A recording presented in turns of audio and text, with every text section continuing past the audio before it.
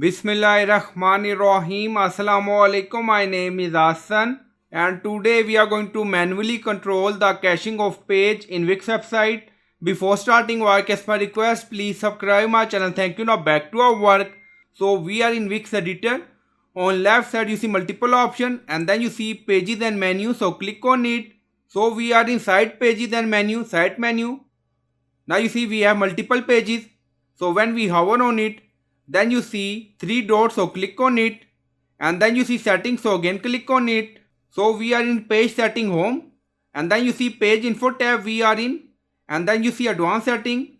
So when you click on it, now you see auto optimize caching for this page, or if you want you can manually control.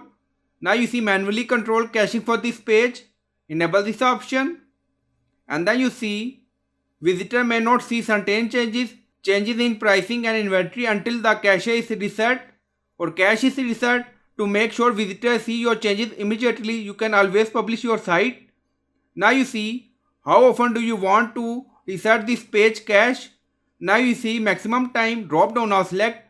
You see every hour, 2 hour, 4, 6. So you can select option according to requirement. So we select maximum time and then click on publish.